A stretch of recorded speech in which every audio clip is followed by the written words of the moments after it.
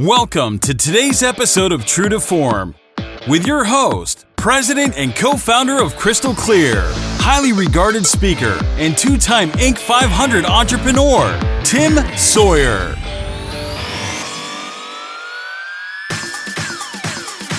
True to Form is a podcast that highlights leaders making headway in the aesthetic, anti-aging, and elective medical industry. Learn from the experts to discover the secrets of success and pitfalls to avoid when growing all aspects of your elective medical practice. This week's episode is brought to you by Candela, a leading U.S.-based global medical aesthetic device company, engineering technology that enables practices to provide advanced solutions for a broad range of medical aesthetic applications, including hair removal, wrinkle reduction, tattoo removal, women's health treatments, facial resurfacing, traumatic and surgical scar treatments, body contouring, improving the skin's appearance through the treatment of benign vascular and pigmented lesions, and the treatment of acne, leg veins, and cellulite. Please join me in welcoming your host, the authentic, the transparent, Tim Sawyer. Hello and welcome to True to Form, the podcast that connects you to the people, technology, and hot topics that shape the elective medical community. Provided to you by Crystal Clear and brought to you by this week's sponsor, Candela, the leading U.S.-based medical aesthetic device company. I'm your host, Tim Sawyer. To our returning guests, welcome back. And for our first-time listeners, we appreciate you joining us and encourage you to become a subscriber. The last episode, we spoke with the founder of the American Academy of Facial Aesthetics, Dr. Louis Melkmarker, who shared his insight behind why organized practices are seeing an increasing consumer demand for aesthetic treatments right now. We jokingly call it the time of the Zoom boom. We're going to talk more about that in the program today. With all that said, we actually have a special returning guest, along with one of her good friends, Christina Imes, who, by the way, has the most downloaded, new people downloading into the podcast, and that's on 13,000 folks, unique folks who have downloaded. So she's royalty on the program. We're happy to have her back. She received her degree in communications from Loyola University, graduated from Goldman Sachs' 10,000 Small Business Program. She has extensive experience in managing medical spas. Her creativity, entrepreneurial, and leadership skills have greatly contributed to the expansion and success of her own spa that she started, Rejuvenate Med Spa, True Male Medical. Christina coordinates business operations and marketing efforts. She is dedicated to staying at the forefront of the ever-changing aesthetics market and strives to keep clients happy. And we also have the pleasure of having Ellen Dumbovic, who brings over 25 years of experience and incorporates her managerial skills, knowledge of the aesthetics field to oversee Dr. Gutowski's practice in Chicago, both from Chicago. Ellen is the point person for patients considering surgical treatments, works closely with Dr. Gutowski to ensure each patient receives exceptional care. Ellen is an integral part of the team, not only with scheduling procedures, but with assisting patients as they make important decisions. And I also know that she humbly runs the place. So with that said, Christina and Ellen, welcome to True to Form. Well, thank you, Tim. Hey, Tim. Thanks for having us. Yay. Back again. We are going to have some fun over the next 40 minutes. So let's get the strange stuff right out in the forefront. Both of you are in Chicago. There's a lot going on in Chicago right now. And Christina, talk a little about two things. Number one, the climate, and I know you're just on the outskirts a little bit of Chicago, but the climate in Chicago, the impact it is or is not having on your practice. Also, where you're at with COVID. Can you talk a little bit about that? Yeah. So, as you mentioned, the med spa is actually not in the city of Chicago. We're, I don't know, probably depending on traffic, but say probably 20 to 25 minutes west of actual downtown. So what I'll tell you that I'm seeing, so my practice is located in a pretty affluent suburb, and it's in a shopping mall. And I think because the city is experiencing, so much, horrendous violence, that we're incredibly busy. I mean, we're busier than we've ever been. As soon as we opened our doors first, it has been explosive. And I've been thinking about it a lot, and I guess I'm starting to kind of attribute a lot of it to well, for me, being in a suburb and everybody wanting to get out of the city, Also, I think people have a lot of money and no one's traveling. Not a lot of people are going out for dinner. And as you mentioned at the beginning of the call, everybody's on Zoom and everybody's looking at their faces all the time. So, so honestly, for us, it's been, amazing. We did have, again, because we're in a very large shopping mall, we did experience and still honestly do some shutdowns, not based on COVID, but based on, the city being worried about looting. So when we first opened up June 1st, which we could in Illinois, we immediately had to shut down again 2 days later. The entire mall was barricaded. Fortunately, nothing ever did happen out in this, in our actual mall. It kind of happened down the road where one of the big buildings got looted and smashed in.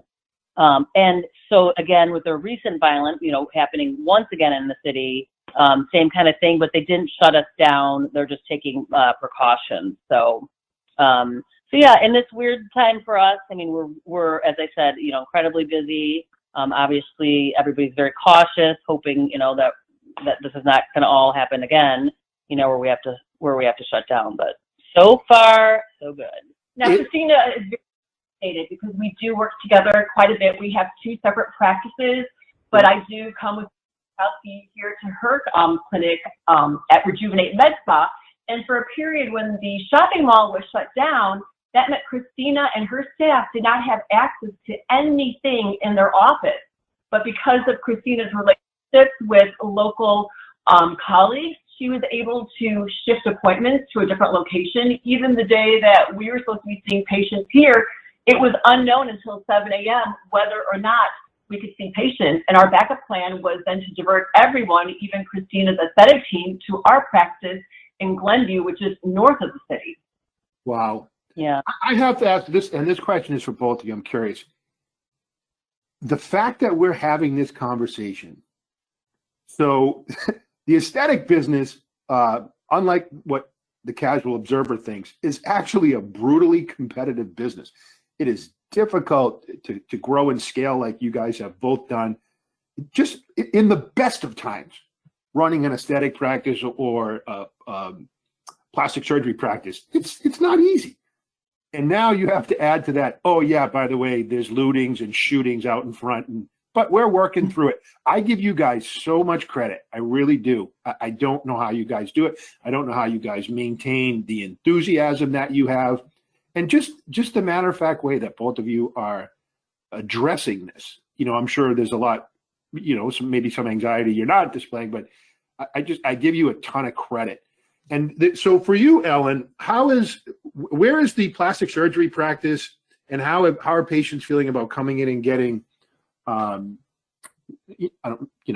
invasive procedures right now? Is that back to where it was? And well, similar to Christina, we have been incredibly busy.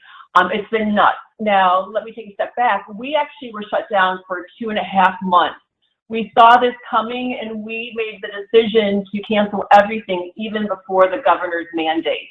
We're very cautious, extremely conservative, but having said that, we had to cancel all surgeries. And despite the fact that we are owned by a plastic surgeon, the public thinks, oh, you are a doctor, you can still operate, but that is not the case. All elective procedures were canceled. People think elective only means cosmetic. That is not the case. Think about hip replacements, joint replacements. All that was canceled for a period of time. Wow. So what has happened, there's a huge backlog of procedures that still need to be scheduled at the hospital, that still needs to be scheduled at the surgery centers, which puts the cosmetic elective procedures kind of at the lower priority. But we are, plowing through it, trying to accommodate everyone.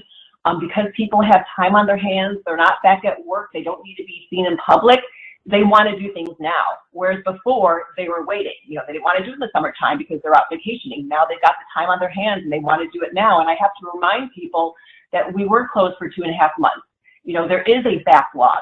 And that's been unique, just kind of having to explain that to our patients. But then they understand it and are just happy to get whatever spot they can and eager to come in. It's so funny, Ellen, as you say that. I'm literally picturing in my mind, and this is a terrible vision to put in our heads, but someone coming in to get a breast aug or a facelift or something, and saying to a rioter or whatever protest or whatever, excuse me, sir, can you put your bat down for a second? I need to get in there. Please, I need to get in. Look at me. And we do a lot of Hey. procedures in the office that are minimally invasive, whether it's liposuction, upper lip blepharoplasty, scar revisions, et cetera, that can be done awake. But there's still, guidelines that we are adhering to. We are following what the hospital, what the Illinois Department of Health is stating. All our patients are required to take COVID tests 3 days prior to their procedures, and they do have to self-quarantine in that time period. So that always creates an interesting situation where a lot of these labs are not able to get the results back in time, which can delay or even postpone surgery.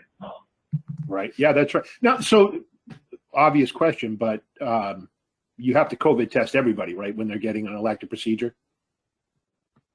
We have made the decision to do that. Absolutely, yes.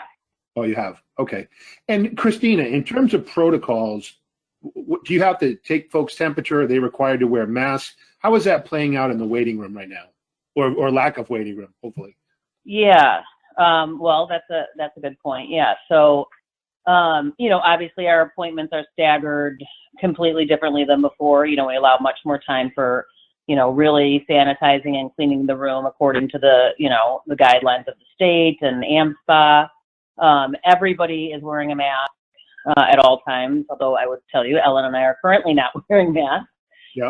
We signed a consent form. Yeah. Okay. Yeah, we're sitting away from people, but everybody gets their temperature taken when they come into the door. They get a phone call the day before, those questions of, have you traveled outside of the country? Are you feeling ill? Do you have a fever? If so, please do not come in. And then the injectors and the estheticians wear, their N95s and face shields as well, and obviously gloves and, et cetera. So yeah, it's funny because when we were first closed, I would, say to some of my friends, our office is so clean anyway. Who's Right. cleaning, what spot, in quotes, if you will, is cleaning their offices with Cavicide every day? Right. So it was, before we really knew what was going on. But so in general, it's kind of what they've been doing already, somewhat.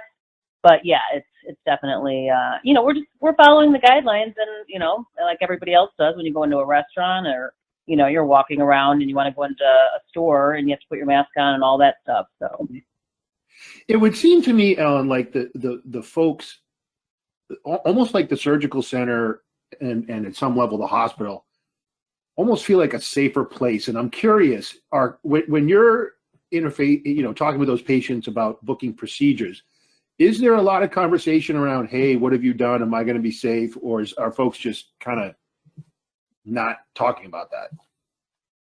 For surgical procedures, they trust that everything is completely safe.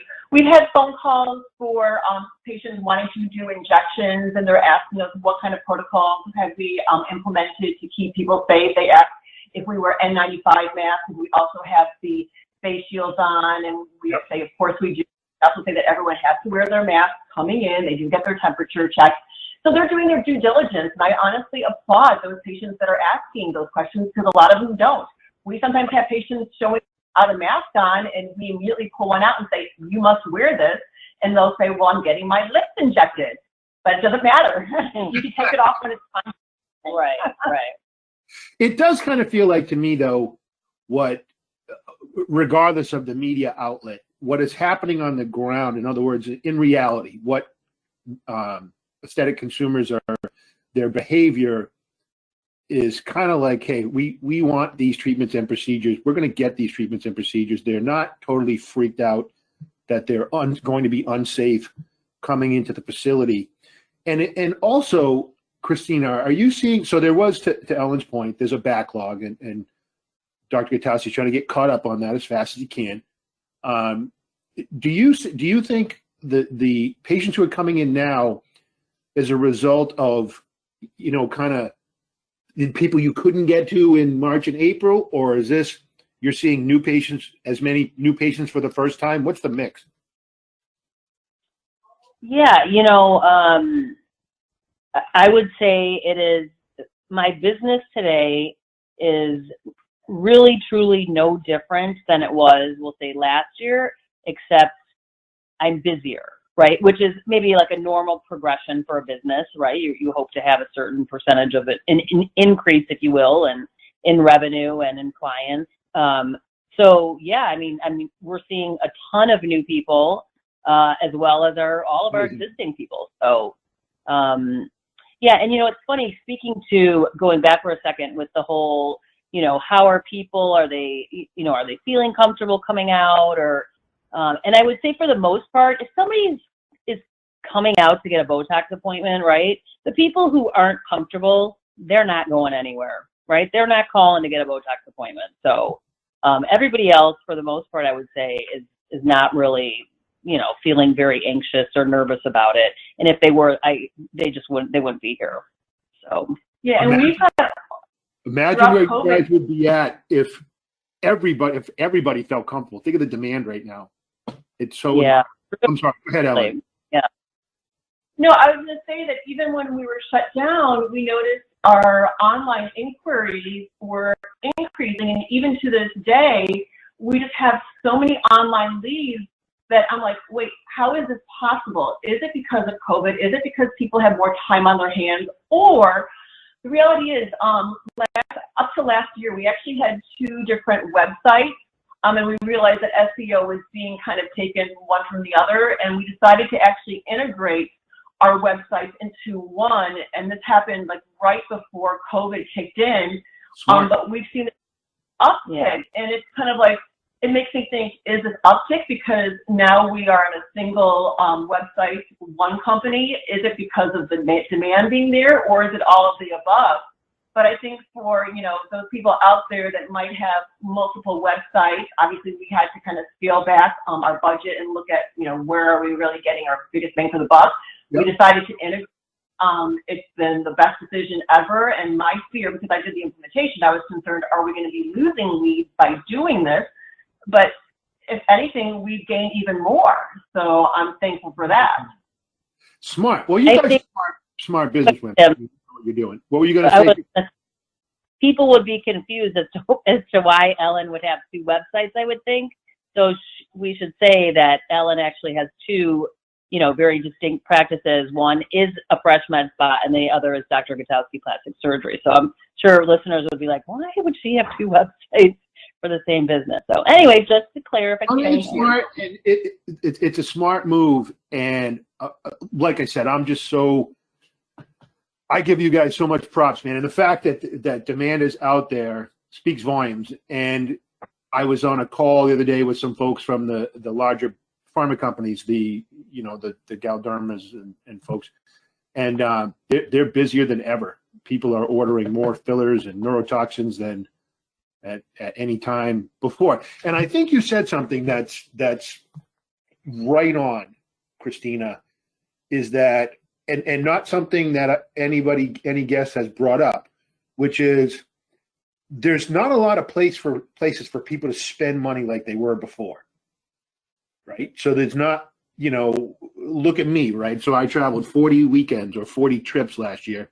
I haven't flown in an airplane in 6 months. So yeah, imagine I'm ready to do something. And, think of all that money that would have been spent over those 6 months. We've got that. So I think that's a pretty interesting commentary on that, right? So in other words, as you're fighting for disposable income, there's less places to go. And I think the trends, every single person that I talk to on the podcast, they're busier now than before. Now, that doesn't mean that there's not people who are struggling, but I think it speaks to, and Ellen brings up a good point, and I'd love her to comment on this. If you weren't, so what I'm seeing is a tale of two cities. If you weren't organized prior to COVID, you were probably in trouble. Meaning if you didn't have an updated database, if you didn't have the ability to email, if you didn't have the ability to text at some level, if you didn't have the right online presence, then you're probably going to struggle a little bit. Would you agree, Ellen? Oh, absolutely. I mean, you have to have everything in place because all of a sudden we have this pandemic thrown at us and we have to adapt. But if you don't have that core foundation there, then to be able to swiftly change and adhere to new systems and policies, you're going to fail. So yes, you need to have that core, all the systems in place. And I think sometimes people get into this business without thinking through everything, without having a business plan, without having a marketing plan, without having their social media presence. Without that, where are you? Yeah, and I think you have a little bit of an advantage in that, not to diminish what you're saying, in that when you and I met, I could tell right away, you had a solid business background, you had a solid tech background, and I think those skills, same for Christina. What you see now, the folks who are struggling are the ones who, they were an ER nurse or some other, medical position they didn't love anymore and said, oh, I think it'll be fun to open a med spa because I love making friends and injecting. And I think that group is probably not faring as well. And across our client base, we see that. So that I think being organized, having some business discipline, and even making a move to consolidate the plastic surgery site with the med spa site, just thinking through those types of issues are huge right now, huge. And the other thing I wanted to shift real quick, because part of the reason I believe, Christina, that the podcast we had done more than a year ago, I can't believe it, was you had talked a lot about leveraging relationships. And I think people really appreciated that conversation, and it's an underappreciated part of the business. And so how have you, Christina and Ellen, leveraged those relationships, the vendor relationships, your partners, that type of thing, through COVID, and then to get through it? And then the other question I've been asking everyone who comes on the podcast is, what would you like to see the vendor community do to enhance or improve the way that they and we are serving you now? Interesting. Well, I mean, for me, the relationship side, I mean, that part of the question, I mean, that's my life. That is, I believe in that in every aspect of, I guess, everything that I do. Whether it be raising my children and, having a great network of moms that I can call on and they can call on me. But very much for me in this industry, unlike, I owned a yoga studio at one point in the city, and I was actually a yoga instructor, right? So very different, because in this space, I have no skills that can generate money specifically, right? Directly. Right. I'm not here. I'm not an injector. I'm not an esthetician, nor should I be, or do I want to be? Right. So it's all about relationships for me. I mean, it starts, with my receptionist. It goes all the way to Dr. Gutowski, to every single rep that comes into the store. And, my stepdad always makes a joke, Dr. Marshall, who's, my business partner and my medical director, that, I don't have to fall in love with everybody. Like, I'm always like, oh, but I love them. They're so amazing. We went out for dinner, and he's like, why do you have to love everybody? And I said, well, I don't know. I just do. And, during COVID, I mean, let's say, for example, my cool sculpting rep, who I know very well, and she and I have had great times together, and, both professionally and maybe a little bit even, outside of work. But I can call on her and say, hey, you know what? What's going on with that rebate check that that I'm owed, or can you float me some cycles for now, or, and I don't know exactly what we did, or, we didn't obviously need anything specifically at that time. But again, for me, it's the relationships, they're everything. I can't speak enough about it. And when people, don't understand that you can go to your rep and say, hey, you know what, can you help? We're going to have an event. Can you help us with food? Or when people don't know about that, or just, don't be afraid to ask the questions. Right. Because at the end of the day, I mean, obviously we're all in this together, and, the more money we make, the more money you guys make. So I don't know, Ellen, if you want to talk to relationships, or if you want to pick up that second part. Relationships they're so critical, and I value each one of our vendors that we have partnered with, because truly it is a partnership. And it goes both ways. They help us, but then we also help them. And a prime example is I was talking to one of our vendors. This was right before COVID happened, and she'll never push me to buy products, but every now and then she kind of sees like, oh, Ellen hasn't placed an order lately. Let me see what's going on. And I told her, I'm like, I'm fine right now, but if it helps you with your numbers, your quarterly numbers, let me know and I will do it. I can buy X number of vials. And she's like, well, Ellen, it would really bought a little bit more. And guess what? I bought more than what I needed, a lot more. I wasn't concerned about it, but I got delivery in March. Then I got concerned about it because now I'm stuck with a whole bunch of vials that haven't been used. But because of these relationships, the same individual said, Ellen, don't worry about anything expiring. I'm going to help you out and so forth. And like I said, it goes both ways. We all trust each other, and we want to see we all want to see each other succeed. The practice and the best, that's so important. Yeah. What's really interesting about what you both said, and I can tell why you're friends and you hang out and you work together, is that Christina, and I've known you now probably going on 7 years, you truly do see the best in people. And you're savvy, but you, in other words, you don't, in blind faith, trust everybody per se, but you do see the best in people. And to Ellen's point, that give and take in a relationship and your vendor man, we don't talk about vendor management or Crystal Clear hardly ever on the podcast, but I'm grateful, first of all, to be working with the two of you.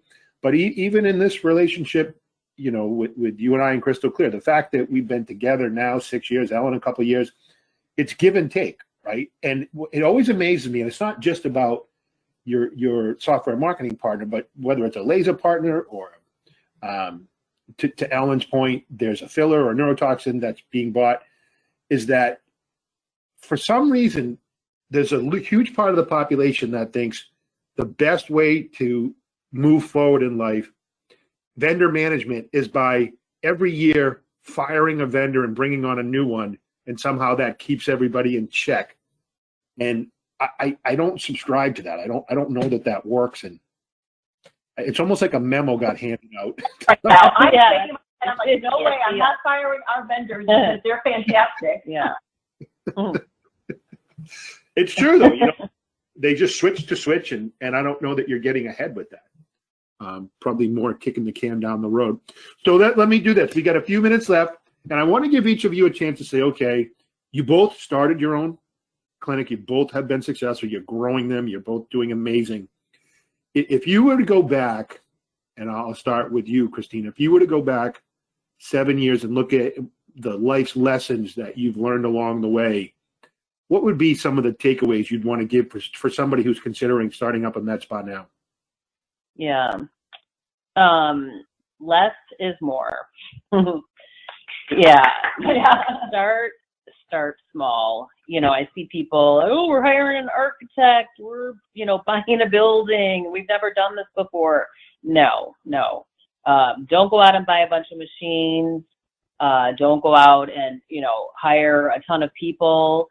I think if I went back, I would really try to hone in on, honestly, the things that make me the most money. Let's say something like cool sculpting, and really try to be that expert in that field, if you will, or not field, but you know what I mean? That expert in that particular service, rather than, oh my God, 1,000 things to choose from.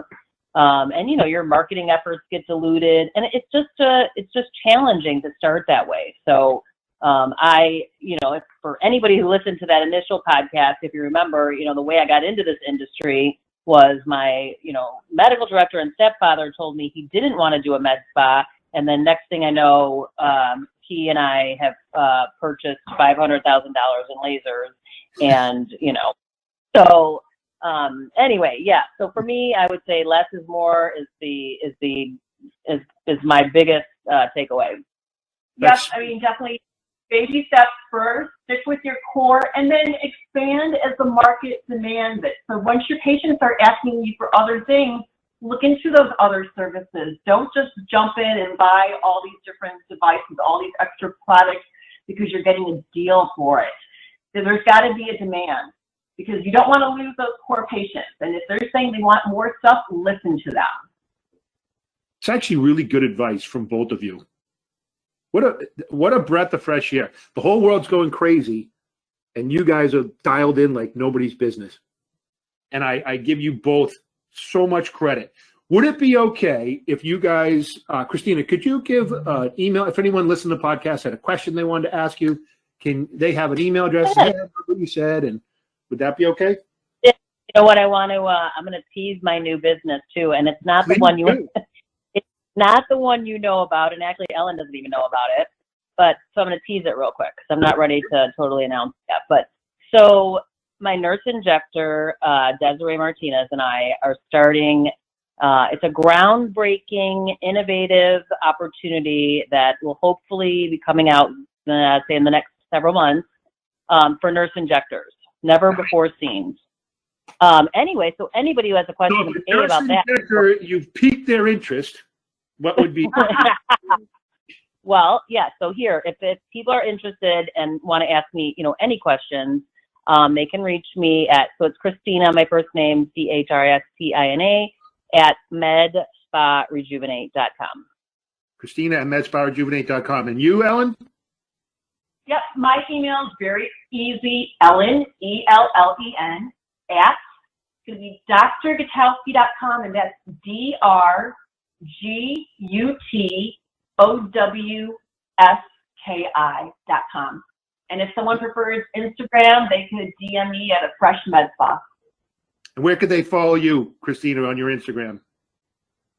It's Rejuvenate Med Spa. Rejuvenate Med Spa. Guys, you are awesome. And the best part is it's freaking August. I know. Historically sucks. Woo! This is typically our slowest month of the year. So killing it. Yay. Unbelievable. Guys, thank you so much for taking the time. We really appreciate it. For those listening, I want to remind you again, it's brought to you by Candela. My name is Tim Sawyer. I'm your host with Crystal Clear. Anybody interested in learning more about Crystal Clear digital marketing, just pop by the website, crystalcleardm.com. That's crystalcleardm.com. Click on the sales button. It'll give you the 800 number. Give the guys a call. They'd love to talk. We have some really cool specials this month. You actually get a free website.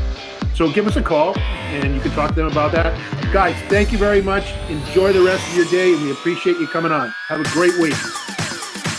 Thanks for tuning in to this week's episode of True to Form, brought to you by Candela, a leading U.S.-based global medical aesthetic device company, engineering technology that enables practices to provide advanced solutions for a broad range of medical aesthetic applications. To learn more about this week's podcast sponsor, visit candelamedical.com. And to learn more about your podcast provider, Crystal Clear, visit crystalcleardm.com. Be sure to subscribe to the show on all your favorite music apps, including iTunes, Spotify, SoundCloud, and tune in to stay up to date with the newest episodes. Thank you for listening.